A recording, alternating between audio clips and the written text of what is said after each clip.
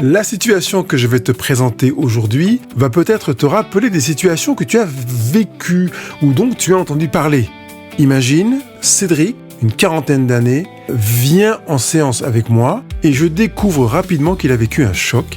Sa partenaire entretient une relation conjugale cachée depuis des mois. Il l'a découvert fortuitement et quand il lui en parle, elle le reconnaît, elle valide les faits. Mais là où ça devient complexe, c'est que la partenaire de Cédric est tombée amoureuse de l'homme qu'elle fréquente depuis des mois. Elle en parle avec des étoiles dans les yeux. Malgré tout, elle accepte de venir pour la première séance, entretien de mise au point, mais rapidement, quand elle se rend compte qu'elle sera exposée à sa propre vérité avec un risque de se juger elle-même, parce qu'elle a bien compris que je ne la jugerai pas, et même de se juger elle-même très durement, elle ferme la porte. Je me retrouve donc en coaching avec Cédric, sans sa partenaire. En revanche, sa partenaire accepte d'entamer une thérapie de son côté avec Cédric, avec un psy, et c'est là que le piège s'installe et laisse Cédric dans un désarroi. Pourquoi ? Pourquoi est-ce un piège en soi ? Qu'est-ce qui s'est tramé dans cette situation ? Qu'est-ce que ça cache ? Nous allons analyser aujourd'hui ensemble la logique de la cohérence de cette trajectoire pour que tu puisses comprendre les dessous de cette situation. Nous allons voir comment le choix d'un suivi classique chez le psy peut être parfois inconsciemment ou consciemment une stratégie pour acheter du temps. Nous allons poser une distinction fondamentale, une barrière logique entre la responsabilité partagée du déclin d'une relation conjugale qui se joue à deux et la responsabilité unique, exclusive de la dissimulation et du mensonge. Tu vas comprendre si oui ou non c'est de ta faute, si ton partenaire a eu une relation extra-conjugale qui dure depuis des mois. Et je terminerai en bousculant quelques idées pour comprendre pourquoi vouloir pousser l'autre à prendre une décision claire par un ultimatum ou une stratégie de manipulation est contre-productif, même si on a le sentiment que c'est la meilleure voie. Écoute bien cet audio jusqu'au bout parce qu'à la fin, je te partagerai en plus 3 actions de construction ultra pragmatiques à poser pour ne pas te détruire et restaurer la connexion même quand tu partages des semaines de tempête avec celui que tu aimes.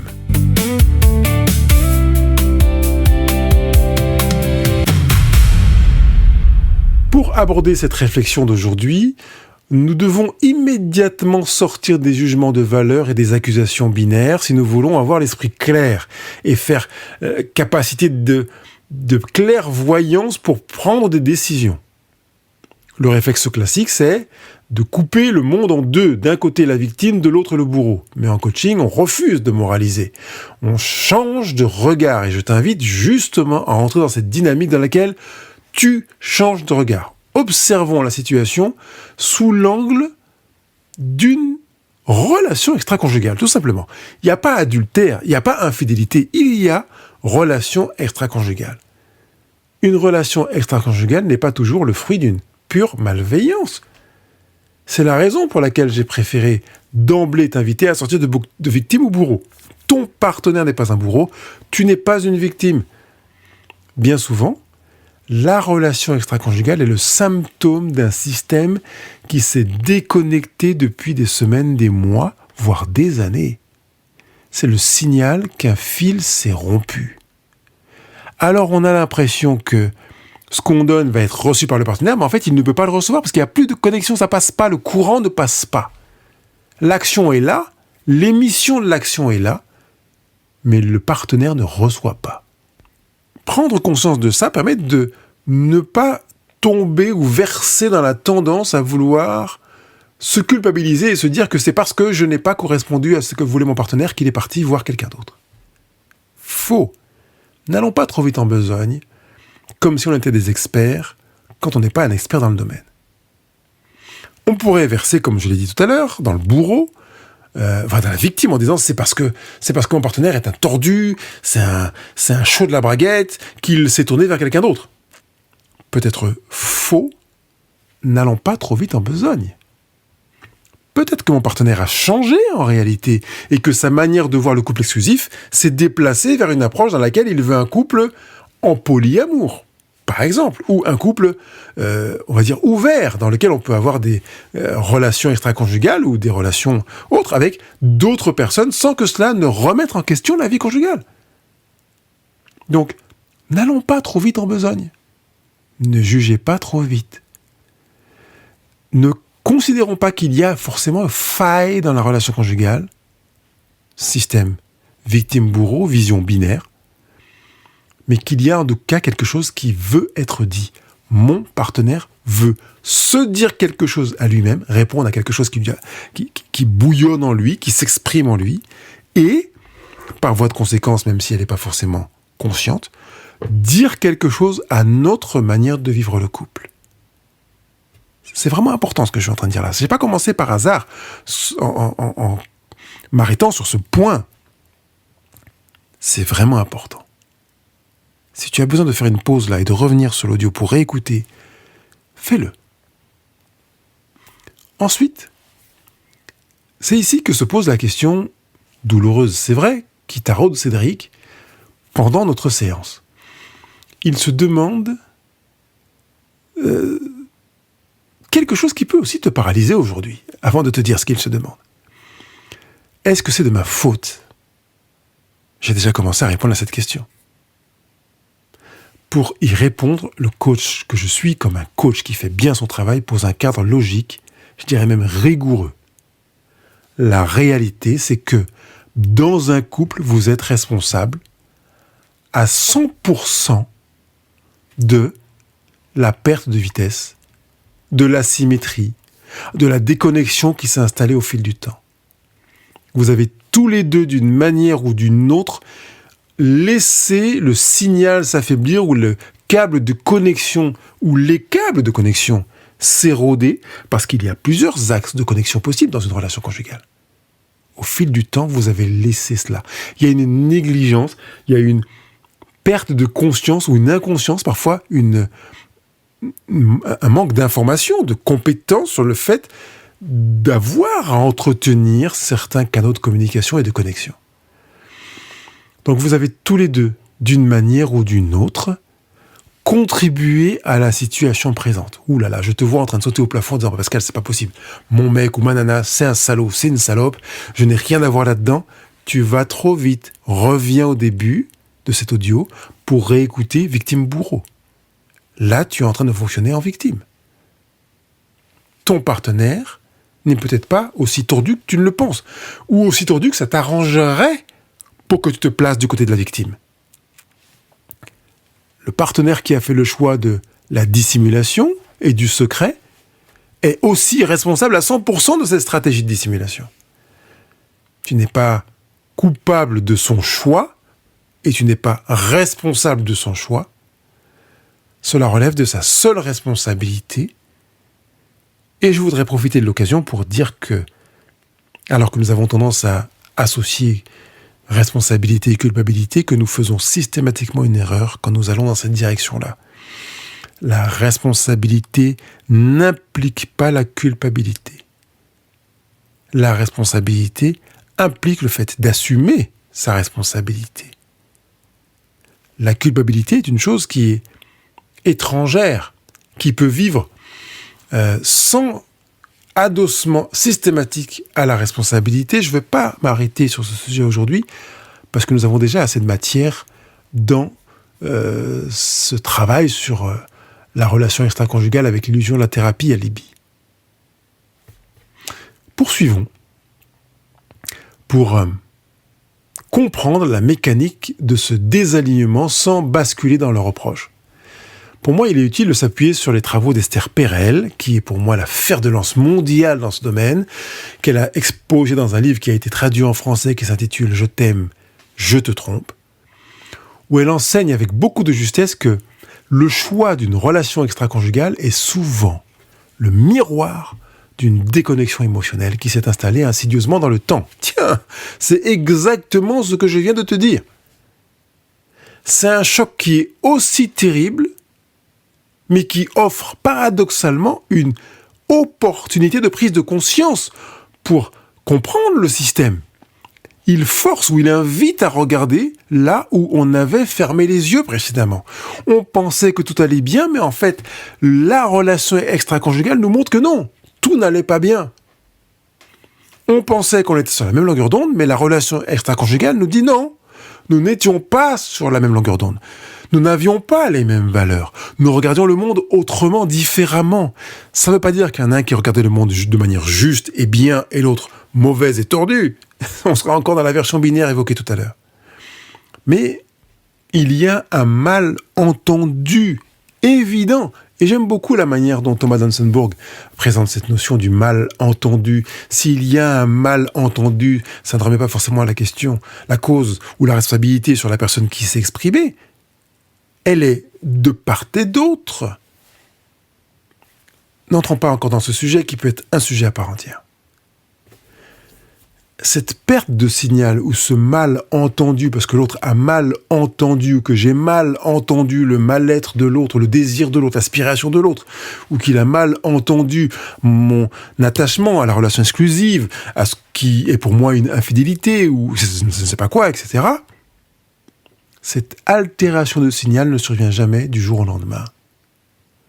C'est une érosion de la complicité que l'on peut apprendre à repérer et que parfois, pour ne pas dire souvent, systématiquement, de manière consciente ou inconsciente, et même parfois quand c'est inconscient, c'est encore plus difficile, on n'a pas voulu voir. D'ailleurs, si tu ressens que la distance s'installe, je t'invite à écouter un podcast qui s'intitule « Comment savoir si mon mec me trompe ?» Il y a 2 épisodes sur ce sujet. J'analyse la perte de signal dans le couple pour t'aider à décoder la réalité de ton système, de votre système relationnel, ici maintenant, mais aussi à venir. J'ouvre juste une parenthèse pour dire qu'il est fort probable que, si tu avais été en couple avec quelqu'un d'autre, la situation aurait aussi surgi, tôt ou tard. Parce que vous êtes co-acteurs, co-responsable de ce qui s'est produit là. Attention, j'insiste bien pour dire que ça ne veut pas dire que tu es coupable. Analysons maintenant de plus près ce qui se joue dans l'attitude de la partenaire de Cédric qui accepte d'aller voir un psychologue et qui refuse de continuer le coaching avec moi. D'un côté, elle exprime ouvertement des sentiments forts, pour son amant d'ailleurs, petit élément supplémentaire. Dans sa liaison qui est active, elle exprime aussi cette forme d'ambivalence où elle a un attachement fort à la relation conjugale. De l'autre, lorsqu'on lui propose de venir travailler en face à face, de s'engager dans un processus de coaching clair et direct pour regarder la réalité du couple, elle refuse. Pourtant, elle ne refuse pas toute démarche, puisqu'elle s'installe d'elle-même dans une approche thérapeutique, avec un suivi régulier, 1 à 2 fois par mois, avec un psy. Pour Cédric, cette situation est profondément déroutante, parce qu'il aurait aimé qu'en complément du psy, sur lequel il s'est rendu compte qu'il y avait de la parole sur les paroles et sur le vécu, il aurait aimé avoir une approche beaucoup plus pragmatique pour se dire, comme il a bien compris que je l'ai dit lors de la première séance qu'on a eue ensemble, ma démarche n'est pas thérapeutique, de savoir pourquoi vous en êtes arrivé là. Ma démarche, elle est celle d'un coach, qui est de se dire, vous êtes là, où voulez-vous aller, comment faire pour y arriver ? Mais quand quelqu'un ne veut pas savoir comment faire pour y arriver parce qu'il n'est pas véritablement intéressé par la destination, on ne peut rien faire. C'est là tout le paradoxe. Elle refuse l'espace où l'on interroge la relation présente. Elle valide un espace individuel et même collectif avec le psy, qui est une posture qui peut paraître géniale, parce qu'on se dit, mais finalement, elle accepte quand même une thérapie avec un psy. Pourtant, elle est contradictoire. Parce qu'en réalité, elle cache un mécanisme que nous allons décoder. C'est une configuration qui me rappelle d'ailleurs l'anecdote d'un homme que j'ai accompagné en coaching et pour lequel j'ai dévoilé le jeu. Cet homme venait consulter de manière très assidue, toutes les semaines, avec sa femme, etc., mais tous les deux là. En apparence, il faisait la démarche parfaite du conjoint investi, qui avait même pris l'initiative de la séance de coaching avec moi. Sauf qu'en creusant la logique de ses actions, son intention réelle est apparue au grand jour. Sa démarche d'aller voir un coach comme moi avait pour unique but de se déculpabiliser. Il voulait simplement pouvoir se dire à lui-même, ça y est, et même à son entourage d'ailleurs, j'ai fait la démarche, j'ai même pris l'initiative de la procédure pour que derrière, au moment de la séparation, du divorce en l'occurrence, parce qu'ils s'étaient mariés, ils puissent se laver les mains. Regardez, j'ai tout essayé. J'ai fait le nécessaire en allant voir un pro, mais ça n'a pas marché. C'est ce que j'appelle une fraude de l'intention. Ce n'est pas l'action apparente qui prévaut. C'est l'intention réelle qui est sous-jacente à cette intention. Aller à un rendez-vous pour cocher une case logistique ou pour s'acheter un brevet de bonne conduite, avant de partir, ça n'a rien à voir avec une démarche de reconstruction ou de construction. Ici, l'action est déconnectée de toute volonté de changement. Pourquoi la partenaire de Cédric choisit-elle de faire un suivi chez un psy plutôt que de l'adosser à un suivi coaching ? La raison est logique. Par définition, le psy se met à l'écoute et va au rythme de son client. C'est un espace d'accueil inconditionnel, souvent nécessaire pour déposer une parole, mais qui ne pousse pas nécessairement à l'action immédiate. En choisissant cette approche qui demande du temps, la partenaire de Cédric s'offre un outil parfait pour manipuler le temps. Elle s'achète une bonne conscience logistique vis-à-vis de Cédric en disant « je me soigne, je travaille sur moi, je m'implique, on est à deux ». Et en même temps, ça paralyse les initiatives de son conjoint. Parce que pendant ce temps, elle maintient sa double vie. Elle nourrit sa relation extra-conjugale. Elle continue à aimer et à se dire « j'arrive pas, c'est trop dur, je l'aime ».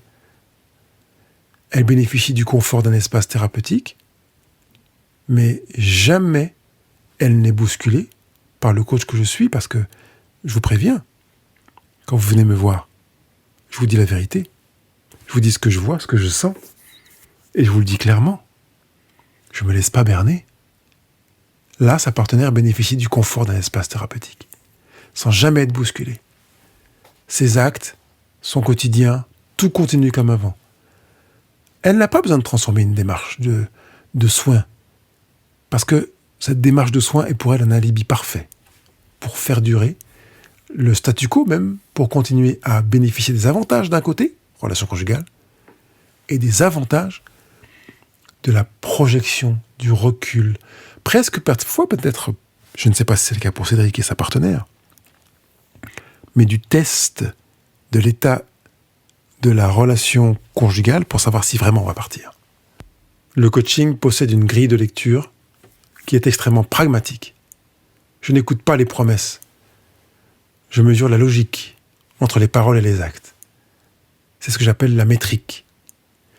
Si le partenaire de Cédric répète en boucle qu'elle réfléchit à l'avenir du couple ou qu'elle fait un travail profond chez son psy, mais qu'elle ne bouge pas concrètement dans la relation à la maison, en parallèle, j'ai une rupture de cohérence. Par exemple, si elle continue de s'isoler dans la pièce d'à côté pour envoyer des messages masqués, si elle refuse les moments d'échanger authentiquement avec son partenaire au dîner, ou de verrouiller totalement son emploi du temps, les faits parlent d'eux-mêmes. En coaching, si aucun changement n'est factuellement acté dans le quotidien, ça se voit. C'est clair, c'est net. Je vois les silences, je vois les regards, je vois les hésitations dans les réponses, je les entends, et ils me disent tellement de choses que je ne peux pas passer à côté. Les mots qu'on l'on présente chez le psy rassurent parfois, mais les actes valident l'intention. C'est pourquoi je suis très attentif aux actes. Même si j'ai des petits pas, de micro-actions, je veux les voir. Si vous n'êtes pas prêt à faire ces micro-actions, ne venez pas voir un coach. Allez voir un psy. Vous pourrez rester pendant des mois, des années avec lui. Avec un coach, je vous accompagne pas pendant des années. Non. 6 mois, 1 an, 1 an et demi, 2 ans. Puis vous n'aurez plus besoin de moi. Fini. Alors il y a une tendance à se dire qu'on va aussi, dans la relation conjugale, faire en sorte qu'on affermisse le lien conjugal et qu'on adopte certaines postures où on va entrer dans la confrontation, qui est un piège manifeste. On va tomber dans le piège de l'ultimatum. On va dire à l'autre, c'est lui ou c'est moi. Tu choisis, t'as jusqu'à dimanche soir pour rompre définitivement avec ton amant. Sinon, je demande le divorce, ou je jette tes affaires, ou tu quittes la maison. C'est une horreur. Je sais que c'est quelque chose qui est tartiné ça et là dans les films, dans les séries, que même des psychologues recommandent, pour ne pas dire certains coachs. Stop, arrête, j'ai horreur de ça. L'ultimatum, c'est une forme de manipulation psychologique qui force une décision sous la contrainte de la peur. Où est-ce qu'il y a de l'amour dans l'ultimatum ? Nulle part. Tu peux retourner les portes, les tapis, secouer les coussins, tu verras pas une poussière d'amour. En faisant ça, tu mets l'autre au pied du mur, ce qui ne fait que braquer le système et nourrir en profondeur tout le catalogue des blessures émotionnelles. Et il va être victime en plus. Il va partir de là, oui, ma femme, mon partenaire, mon mec, il est pété un câble parce qu'il a découvert que je le trompais, il m'a mis un ultimatum. Ou bien, génial, merci pour l'ultimatum, comme ça je peux partir plus vite. Au lieu de créer de la clarté, l'ultimatum pousse le partenaire à simuler une décision pour calmer la crise immédiate, parce que ça ne protège pas. Oui, c'est bon, je reste avec toi. Et pendant des mois, il continue à préparer son départ. On se fait croire que c'est une super idée, mais oui, c'est une excellente idée si tu veux nourrir de la culpabilité. Parce que si ton partenaire s'en va parce que tu l'as mis un ultimatum, tu te retrouves tout seul. Et tu te dis, mais est-ce que j'ai peut-être pas poussé trop ? Est-ce que c'était peut-être un mauvais choix ? Peut-être que ça aurait été mieux que je ne mette pas l'ultimatum. Oui, ça aurait été mieux que tu ne mettes aucun ultimatum à personne. Parce que tu n'obtiens pas un choix du cœur. Tu obtiens une réaction de survie. Aucun ultimatum. Est-ce que je le répète ? Oui, volontiers. Tu ne mets aucun ultimatum à quiconque. Je préfère qu'on adopte une posture de souveraineté, je pourrais dire. Une posture dans laquelle on est soi. Je vois que tu as besoin de temps pour faire le point de ton côté, par exemple. De mon côté, j'ai besoin de savoir sur quoi je m'engage. Quand penses-tu être en mesure de me donner une réponse claire sur ton intention de reconstruire notre relation ? Ou as-tu l'intention de reconstruire notre relation ? Tu sais que j'ai besoin de visibilité pour savoir comment me positionner moi-même face à toi. Comment tu peux m'en donner ? Comment tu vois notre couple dans 3 jours, 3 semaines, 3 mois, 3 ans ? Tu vois que ici, je n'impose rien, il n'y a pas d'ultimatum. Il n'y a pas de menace. Je ne manifeste pas de colère. J'invite l'autre à prendre ses responsabilités face au système conjugal dans lequel il s'est engagé, tout en reprenant le contrôle de mon propre calendrier. Je ne suis pas victime, il n'est pas bourreau, je suis acteur et mon partenaire est co-acteur. Waouh ! C'est une démarche qui invite à une relation d'authenticité. En fait, elle pose vraiment un cadre dans lequel on n'est pas dans un faux départ où ça part en biberine et on se dit mais comment on va faire ça ? Il n'y a pas de vouloir forcer le consentement de l'autre. On va accepter qu'il reste sans avoir d'obligation de rester. Et on va accepter qu'il parte sans culpabilité qu'il soit parti. Parce qu'on n'a rien détruit. On s'est placé à l'écoute parce qu'on a voulu construire. On a voulu projeter. On a voulu reconnecter.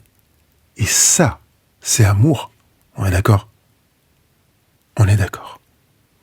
Je t'ai dit que j'allais te partager 3 actions de construction, justement, pour ne pas détruire et restaurer ton lien. La première action de construction, c'est d'affermir et de rendre plus fort ton propre territoire émotionnel. Tu reviens vers toi. Il ne s'agit pas de laisser ton partenaire de côté, de l'ignorer ou de fuir la situation par peur pour ne pas trop souffrir. L'objectif est de rapatrier 100% de ton énergie pour consolider, solidifier, muscler ton propre système interne. Quand un choc comme une relation extra-conjugale se produit, l'énergie a tendance à fuir vers l'extérieur. On passe ses journées à fliquer l'autre, à guetter ses menaces ou à essayer de deviner ce qu'il se passe. On va essayer de jeter un œil sur son téléphone ou peut-être sur ses messages, fouiller ses poches, voir son emploi du temps. En faisant ça, on se vide de sa propre substance. Reviens à toi. En affermissant ton territoire émotionnel, tu te donnes les moyens de traverser la tempête. Une autre manière de te le dire, c'est que tu te rends plus fort. Tu développes la force, la clarté, la densité nécessaire pour faire face à la relation tendue. Et tu peux aussi plus facilement interagir avec ton partenaire de manière constructive, sans te laisser submerger par la colère, l'angoisse ou la panique. C'est en étant solide sur tes deux jambes que tu deviens un interlocuteur valable pour le système. Parce que tu peux soutenir le dialogue sans t'effondrer. Entre autres. Tu peux supporter sa présence sans espérer qu'il disparaisse, surtout si tu l'aimes. Tu vas donc centrer ton attention sur cette première action qui consiste à affermir et à te rendre plus fort dans ton territoire émotionnel. Deuxième action, clarifier le cadre par le questionnement. On refuse catégoriquement la zone grise des non-dits et des silences pesants dans cette deuxième action. Mais on ne va pas non plus basculer dans le réflexe stérile de la séparation. Allez, casse-toi, je vis de mon côté, va dans une autre pièce, on se sépare, on ne dort pas dans le même lit, dans la même chambre. Parce que si ton partenaire demande du temps pour réfléchir à la suite de la question que tu vas lui poser, ou des questions que tu vas lui poser, on ne reste pas passif. On utilise activement cet espace pour construire. Tu vas l'interroger directement. Tu vas continuer à t'inscrire dans la relation conjugale. Tu vas justement continuer à créer de la connexion relationnelle pour l'inviter à matérialiser ses intentions et pour en créer quelque chose que tu as pris conscience qui manquait dans votre relation conjugale. Tu peux aussi lui poser des questions directes. Comment il voit concrètement le retour à une vie amoureuse et connectée avec toi? Dans combien de temps est-ce qu'il l'envisage, par exemple? Ou tu peux lui demander aussi où il en est aujourd'hui dans sa propre construction personnelle. Comment il voit l'évolution du couple dans 3 semaines ou dans 3 ans, comme je l'ai évoqué tout à l'heure.